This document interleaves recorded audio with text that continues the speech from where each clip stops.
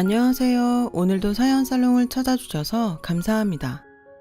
저는 초등학교에서 아이들을 가르치고 있는 40대 여자예요. 결혼한 지 8년 차에 접어들고 있고 남편은 사립중학교에서 수학을 가르치고 있어요. 저와 남편은 노량진에서 임용고시를 준비하며 만났어요. 그때의 인연이 부부의 인연으로 이어졌고 저는 남편의 바르고 교사로서 아이들을 좋아하는 모습에 호감을 갖게 됐죠. 저는 사실 보람보다는 안정적인 직업으로 교사직을 택한 케이스였거든요. 그런 저에게 남편은 같은 교사로서 좋은 자극을 주는 존재예요. 그런 저지만 저에게는 정말 특별한 제자가 한 명, 아니 한 분 계세요. 바로 저희 시어머니신데요. 이번 기회에 저희 시어머니 자랑을 좀 하고 싶어서 이렇게 사연글을 보내게 되었어요. 결혼 전 남편의 집은 가부장적인 분위기와 남편의 위로 누나가 3명이나 있다는 점을 빼고는 마음에 걸리는 부분이 없었어요. 지금 생각하면 저도 경험이 없다 보니 깊이 생각하지 않은 것 같아요. 남편은 시어머님이 30살에 낳은 막둥이에요. 누나들은 그런 남편을 마치 자기 아들처럼 생각했고 집안의 장손이라며 뭐든 남편을 1순위로 생각했어요. 문제는 바로 제가 신혼여행을 다녀온 날 저녁부터 시작됐어요. 저녁때가 다 돼서 시댁에 도착한 저는 거실에 차려놓은 음식상을 보고 조금 이상하다고 생각했어요. 거실에 밥상이 2개 놓여 있었는데 크기가 한눈에 봐도 차이가 났거든요. 그리고 그 밥상 크기만큼 상차림도 차이가 나는 것 같았어요. 저는 조금 이상하다고 생각했지만 별 생각 없이 남편을 따라 큰 상 옆에 자리를 잡고 앉았는데 글쎄 저에게 시아버지는 어허, 여자는 저쪽! 하며 저에게 손으로 작은 상으로 가라고 손가락질을 하시는 게 아니겠어요? 저는 당황해서 눈만 깜빡깜빡 했어요. 그러자 남편의 누나들이 저에게 오라며 손짓을 했고 저는 황당하고 어이가 없었지만 신혼여행 다녀온 지 얼마 안 된 탓에 문제 삼지 말자고 생각하며 작은 상으로 갔어요. 그렇게 형님들의 남편들과 시아버지 그리고 저희 남편은 큰 상에 저와 형님들 그리고 시어머니는 작은 상에 앉아 식사를 시작했어요. 그런데 식사를 막 시작하려고 할 무렵 어이, 동치미 없나? 어이, 이것 좀 더 가져와. 어이! 시아버지는 계속해서 자신의 부인인 시어머니를 어이라고 부르며 이것저것을 시키셨어요. 저는 보다 못해 시어머니를 돕기 위해 일어났고 그런 저에게 시아버지는 거기 숭늉 좀 가져와 라고 너무나도 자연스럽게 저를 거기라고 부르시지 뭐예요. 아무리 제가 아랫사람이지만 사람을 그렇게 종부리듯 어이, 거기 라고 부르다니 저는 이건 아니다 싶었어요. 그런데 제가 더 참지 못하는 상황은 그 다음에 일어났어요. 어이, 전에 선물로 받은 법주 가지고 와. 냉장고에 넣어놨어. 시아버지는 시어머니께 술을 가지고 오라고 하셨고 시어머니는 시아버님이 말한 술을 꺼내기 위해 냉장고 문을 여셨는데 술을 못 찾으시는 듯 한참을 냉장고 안을 들여다보고 계셨어요. 거참, 왜 이리 굼떠? 기다리다 목 빠지겠네. 시아버지는 조금도 기다리지 못하고 목소리를 높이셨고 저는 냉장고로 가서 구석에 놓여있는 술병을 하나 꺼내 이게 맞냐고 시아버님께 여쭤봤어요. 거기 적혀 있잖아. 뭘 물어? 찾았으면 빨리 갖고 와. 저는 별것도 아닌 일에 연신 짜증을 내는 시아버지가 불쾌했어요. 그런 제 속마음이 보였는지 시어머니는 냉큼 제 손에 들린 술병과 술잔을 챙겨 시아버지에게 갖고 저는 애써 화를 누르며 다시 작은 상 앞에 앉았는데 아무리 글씨 모르는 바보라도 병만 보면 모르나. 이 봐봐. 딱 봐도 술병이잖아. 저는 제 귀를 의심했어요. 자기 아내를 면전에 두고 그것도 이제 막 시집온 며느리와 사위들이 있는 자리에서 저렇게 대놓고 면박을 주다니 시아버지의 태도에 앞으로의 결혼 생활이 걱정되더라고요. 그때였어요. 아빠는 창피하게 굳이 왜 그걸 말해? 그러니까 쪽팔려. 조용히 해. 못 들었을 수도 있잖아. 못 들었다니. 저는 형님 3명의 목소리를 또렷이 들었고 잔뜩 구박을 받고 자리로 돌아오신 시어머니는 다른 식구들 보기 민망하셨는지 밥이 아직 많이 남았는데 배가 부르다며 당신이 먹은 것들을 치우셨어요. 그 모습에 저는 돌아가신 친정 엄마가 생각이 났고 감정이입이 돼서 마음이 불편했어요. 저희 친정 엄마도 친할머니에게 그렇게 못 배웠다고 무식하다고 식구들 앞에서 구박을 당하시곤 했거든요. 엄마는 그럴 때마다 가족들 몰래 숨어서 우시곤 했는데 그 모습을 보고 자란 저는 시어머니의 그런 모습이 남의 일 같지 않았어요. 그날의 불쾌하고 황당한 일은 그게 끝이 아니었죠. 분위기도 좋지 않은 가운데 전혀 개의치 않은 시아버지는 사위와 남편에게 술을 따라주며 저에게 들으라는 듯 일장연설을 시작하셨어요. 나는 세상에 아무리 남녀 평등이라고 해도 남자가 할 일이 있고 여자가 할 일이 분명히 있다고 생각한다. 그러니 네 처 위한다고 남자가 부엌이나 들락거리고 꼴사나운 짓 하지 마라. 자네들도 마찬가지야. 나는 내 딸이라고 다르게 생각하지 않아. 여자는 여자, 남자는 남자. 알아들었지? 시아버지는 분명 남편과 사위에게 하는 소리였지만 어쩐지 저는 그게 저 들으라고 일부러 그러시는 것만 같았어요. 그리고 마치 그렇게 하기로 한 것처럼 형님들이 저에게 돌아가며 이야기를 하는데 정말 웃기지도 않지 뭐예요. 옳게 나는 같은 여자지만 그래도 가장이 중요하다고 생각해. 요즘 애들은 무슨 남편이 집 어슴인 줄 알고 막 부리는데 그건 아니지. 안 그래? 그래. 지 얼굴에 침 뱉는 건지도 모르고 그러는 거 보면 정말 한심하다니까. 우리 올케는 절대 안 그럴 거지? 그치?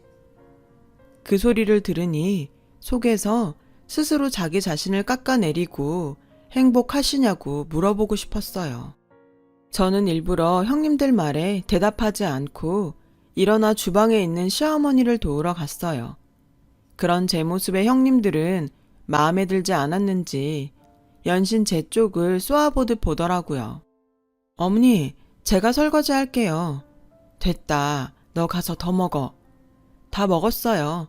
그리고 설거지 많으니까 같이 해요. 같이 하면 금방 끝나잖아요. 시어머니는 제가 살갑게 다가가자 은근 좋아하시는 눈치셨어요.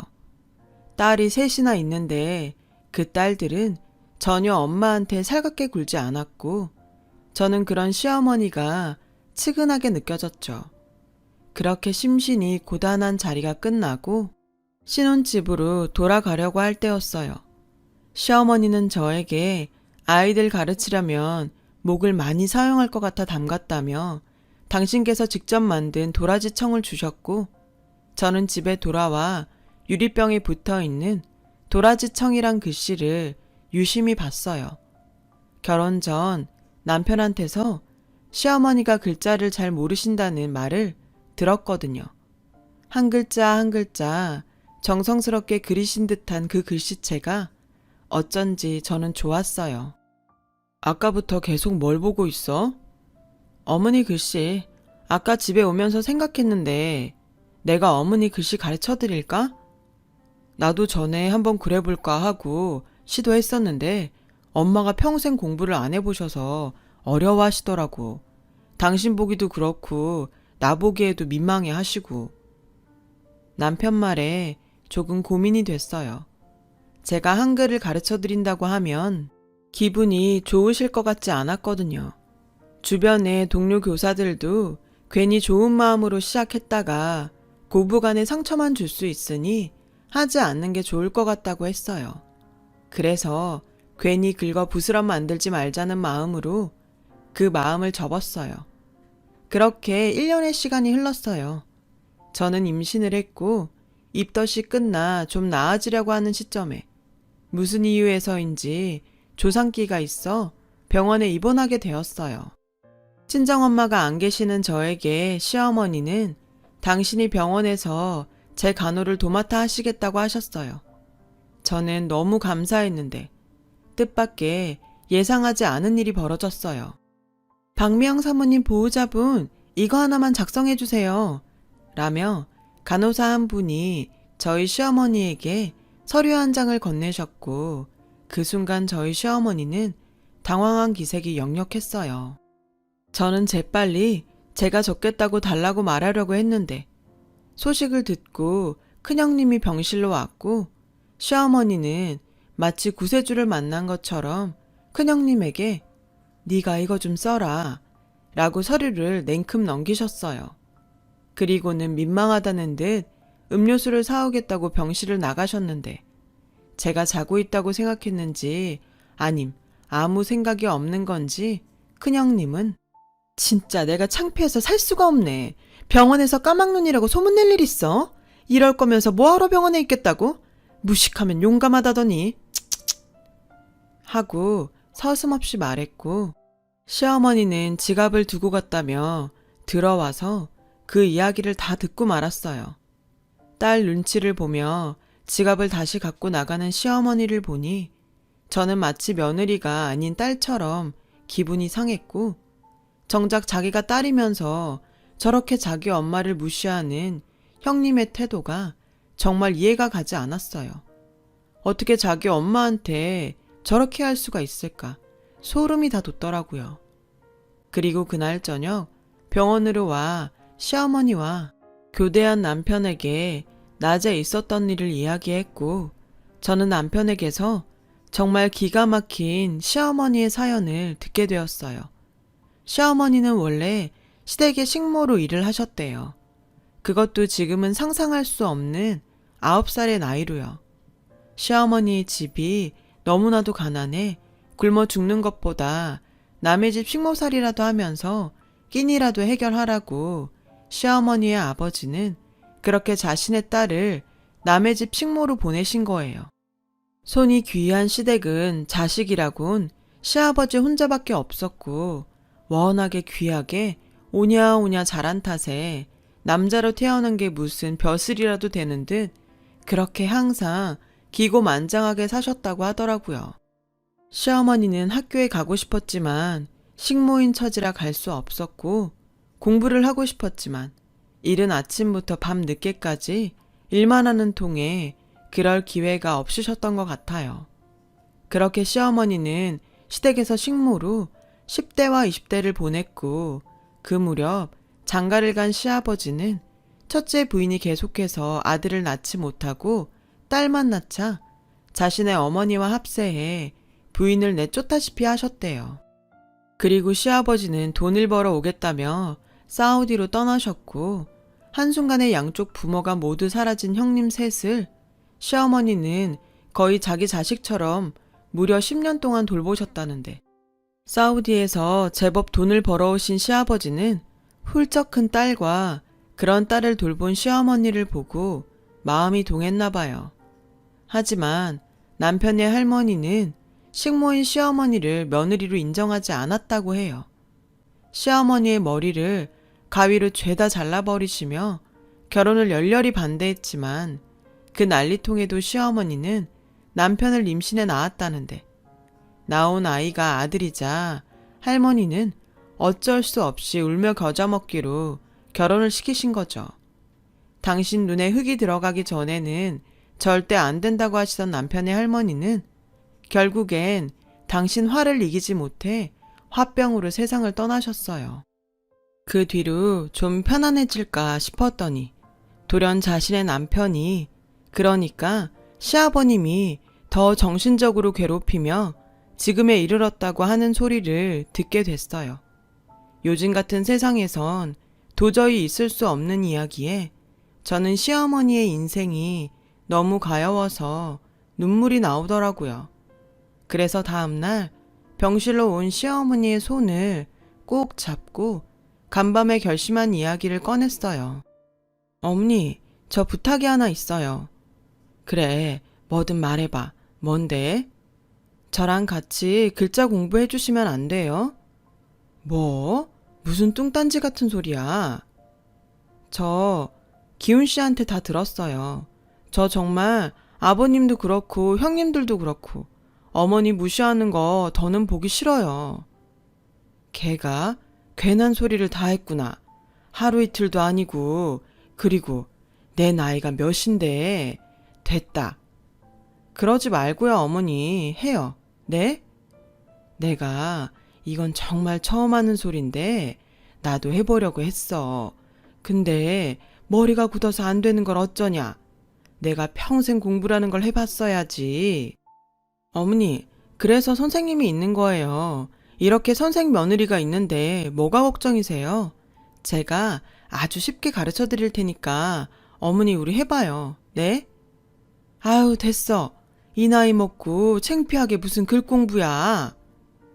어머니는 한사코 됐다고 거절하셨어요.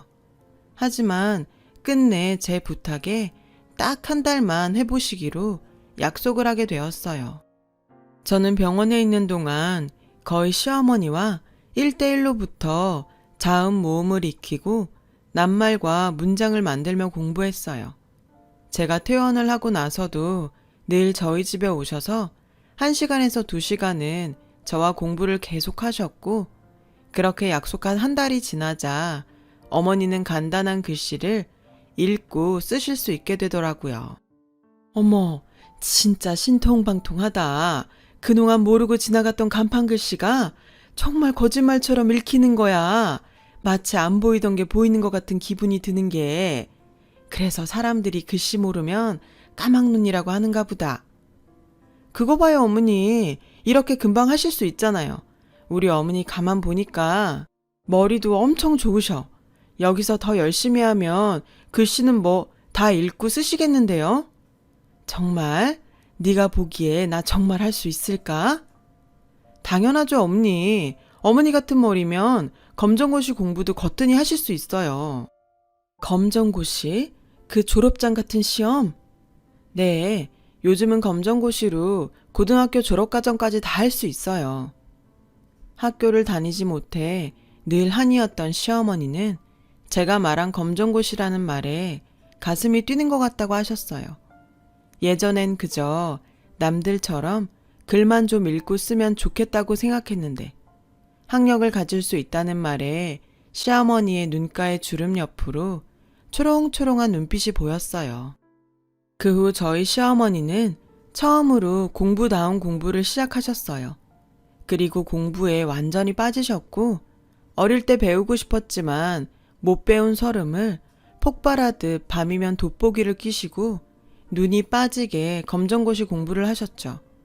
그 사실은 시어머니의 부탁으로 시아버지와 형님들에게 비밀로 하셨는데 그 이유는 설명하지 않으셔도 대충 알 것 같아 여쭤보지 않았어요.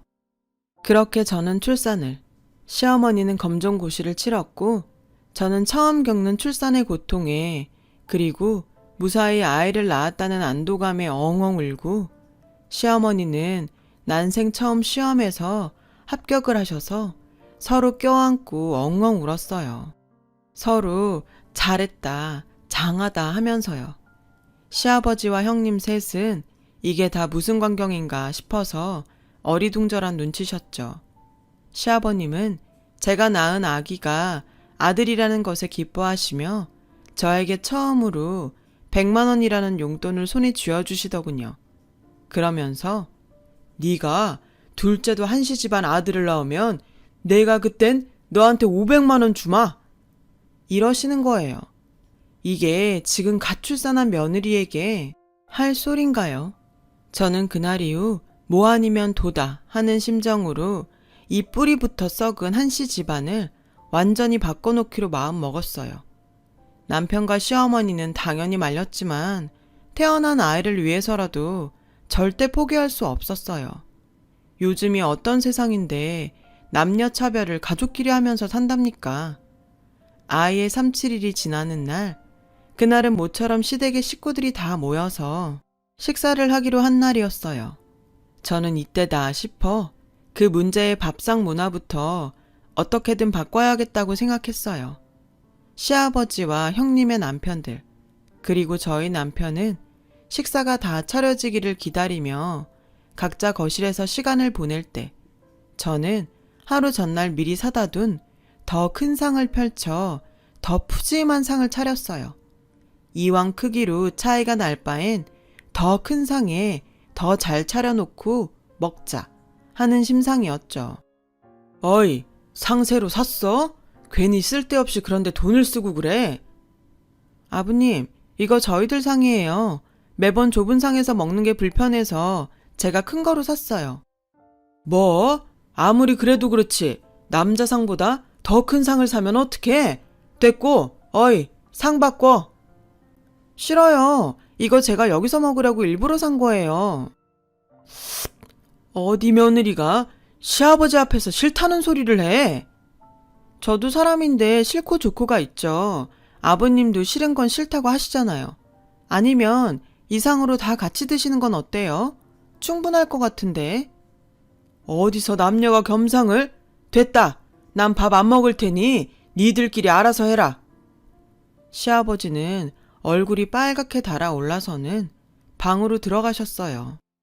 그 모습에 형님 셋은 일제히 저를 쏘아보며 원망 섞인 말을 해대는 거 있죠. 울케, 왜 괜한 짓을 해서 집안 분위기를 흐려놔? 나는 작은 상에 먹어도 상관없어. 학교 선생이라 돼서는 어른들한테 그렇게 하라고 배웠어? 형님들은 그렇게 말하곤 자기네들도 밥을 먹지 않겠다며 소파로 가서 앉았어요. 저는 속으로 자기들은 집에서 남편 밥상 자기 밥상 따로 차려 먹나? 왜 여기에서만 유독 그런 걸 고집하는 거야? 라고 생각하며 아랑곳하지 않고 상을 차렸죠. 그때였어요. 방에 들어가신 시아버님이 자기 분을 못 이겨 나오셔서 제가 사온 상을 엎으셨어요. 이게 다 당신이 무식해서 그런 거야. 아무리 선생님은 뭐해? 시어머니가 까막눈에 눈치도 없어서 가르치질 못하는데. 어찌나 소리를 빽빽 지르시던지 저희 아이는 자다가 깨서 놀라 울음을 터뜨렸고 저는 계속해서 폭력적인 말을 쏟아내는 시아버지를 오늘은 도저히 참을 수 없어 한 소리 하려고 했어요. 그 찰나에 시어머니는 당신이 차리던 상을 시아버지처럼 똑같이 엎어버리시더라고요. 이 사람이 돌았나? 왜? 엎으려면 똑같이 엎어야지. 왜 그 상만 엎어요? 안 먹는다고 했으니 상관없겠네 뭐. 뭐야, 이 무식한 여편네가? 나 당신이랑 더는 안 살래요. 우리 이혼해요. 뭐? 이혼? 웃기지도 않아. 그래, 이혼 서류 갖다 주면 쓸 수는 있어? 어디 까막눈 주제에 데리고 살아주면 고마운 줄 알아야지. 이혼? 이혼 같은 소리 하네. 시어머니는 비아냥거리는 시아버지에게 싱크대 서랍에서 정말로 이혼 서류를 가지고 나오셨어요. 그리고 보란 듯이 그 자리에서 자기 몫의 빈칸을 채워 나가시는데 그 모습을 본 시아버지와 형님들은 깜짝 놀라 입을 다물지 못했어요. 그리고 정신을 차린 시아버지는 시어머니가 쓰고 있는 이혼 서류를 빼서 들고 종이를 북북 찢으셨는데 이럴 줄 알았다는 듯 방에 들어가시더니 뭔가 보자기에 쌓인 것을 가지고 나오셨어요. 이혼 서류가 한 뭉치 있더라고요. 시어머니는 한눈에도 많아 보이는 이혼 서류들에 연신 빈칸을 채워 나가셨어요. 반복적으로 종이를 찢어버리시는 시아버지와 계속해서 새로운 이혼 서류에 빈칸을 채우시는 시어머니. 시아버지는 이내 지쳐 그 자리에 털썩 주저앉으셨고 연신 꾹꾹 눌러 이혼 서류를 작성하는 시어머니를 황당한 얼굴로 쳐다보셨어요. 내가 정말 당신과 헤어지고 싶을 때마다 모아놓은 이혼 서류예요. 당신 말대로 내가 까막눈이어서 이거 하나를 못 썼어요. 이게 뭐라고. 나는 뭐 당신이 기라면 기고 당신이 죽으라면 죽으라고 하는 사람이에요? 어릴 때 식모로 들어왔으니 함부로 대해도 되는 거예요? 나도 이제 당신 같은 남편 필요 없어요. 그리고 니들, 나는 적어도 너희들을 진짜 내 딸로 생각했어. 그런데 니네들은 한 번도 날 진짜 엄마라고 생각하지 않더라. 지 아버지 따라 못된 것만 배워서 앞으로 니네들끼리 잘 먹고 잘 살아. 내가 이놈의 집구석 얼마나 잘 사나 두고 볼 거야. 민영아, 가자. 그거 너 치울 거 없다. 여기 있는 이기적이고 무식한 것들이 치우겠지. 시어머니는 그 길로 짐을 싸서 집을 나오셨어요. 저야 당연히 시어머니 편이니 시어머니를 따라 나왔죠. 그 후 시어머니는 시아버지 보란 듯이 이혼 소송을 통해서 위자료까지 두둑히 챙기며 황혼 이혼에 성공하셨어요. 남편은 굳이 이혼까지 하셔야 하냐며 시어머니를 말렸지만 저는 시어머니의 선택을 지지했어요. 누군가는 집안에 며느리가 잘못 들어와 시부모님을 갈라서게 했다고 손가락질 할지도 모르지만 저는 시어머니가 자신의 행복을 위해 용기를 내신 것에 오히려 감동을 받았어요. 집을 나오신 시어머니는 저희 집에서 지내시며 저희 아이 육아도 도와주시고 다음 공부를 이어가셨어요. 힘드시니 천천히 하자고 해도 한사코 다음 과정을 패스해야 한다고 그 열의가 정말 말도 못했어요. 그 결과 시어머니는 3년 만에 목표하던 고등학교 과정을 모두 끝내셨어요. 중간에 불합격을 받은 날도 있었지만 시어머니는 끝까지 포기하지 않으셨고 마지막 검정고시에 합격하는 날 평생의 한을 풀었다고 제 손을 붙잡고 펑펑 우셨어요. 저도 덩달아 어찌나 울었던지 다음날 출근해야 하는데 눈이 너무 빨개서 창피할 지경이었죠. 전 시어머니에게 늦지 않았으니 지금이라도 이루고 싶은 꿈을 꾸시라고 말했어요. 이왕 시작한 공부 대학까지 가셔도 되고 아니면 되고 싶은 직업에 도전하셔도 된다고 했더니 저희 어머니 하시는 말이 있잖아, 난 영어를 그렇게 배우고 싶더라. 외국에 나가서 거기 나라 사람들이랑 친구도 되고 싶고 혼자 막 자유롭게 여행하면서 글도 쓰고 싶어. 왜 요즘 블로그? 그런 거 있잖아. 저는 또다시 초롱초롱한 눈빛을 보이며 당신이 하고 싶은 것에 관해 이야기를 하는 시어머니를 보고 지지하지 않을 수 없었어요. 그래서 그 후로 저는 영어학원에 시어머니를 등록해 드렸고 그렇게 딱 1년을 공부하신 시어머니는 호주로 떠나셨어요. 제가 왜 하고 많은 나라 중에 호주냐고 물었더니 거기 캥거루가 정말 그렇게 주머니에 지 새끼를 넣고 뛰어다니는지 궁금해서 라고 하셨어요. 이유가 어쨌건 시어머니는 당신의 첫 번째 꿈을 위해 비행기에 오르셨고 남편과 저는 부디 건강만 하시고 연락 자주 주시라고 신신당부했어요. 지금 저희 시어머니는 여행 블로그를 잘 운영하시면서 아직도 긴 여행에서 돌아오지 않고 계세요. 블로그에 보면 꽤 팬이 많아요. 거기 사진이며 글솜씨까지 정말 이젠 제가 거꾸로 시어머니에게 컴퓨터 활용 능력을 배워야 할 판이에요. 저는 저희 시어머니를 보며 나이는 정말 숫자에 불과하구나. 꿈을 꾸는 사람이 이루는 거구나 하는 진리를 다시금 깨달아요. 아, 그리고 얼마 전 저희 시아버지는 가지고 계시던 당뇨와 고혈압, 고지혈증 등등의 지병으로 남은 재산을 털어 요양원에 자진해서 입소하셨어요. 시어머니가 집을 나가고 형님들도 발길을 뚝 끊었고 결국 외롭게 당신의 말년을 요양원에서 보내시는 시아버지를 보면 정말 사람은 마음보를 착하게 먹어야 한다는 생각을 하게 되네요.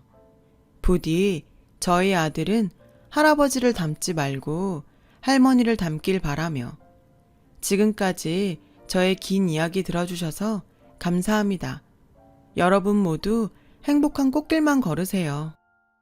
여러분, 사연 댓글에 응원과 현명한 조언 부탁드려요. 좋아요와 구독은 저에게 큰 힘이 됩니다. 오늘도 좋은 일 가득하세요.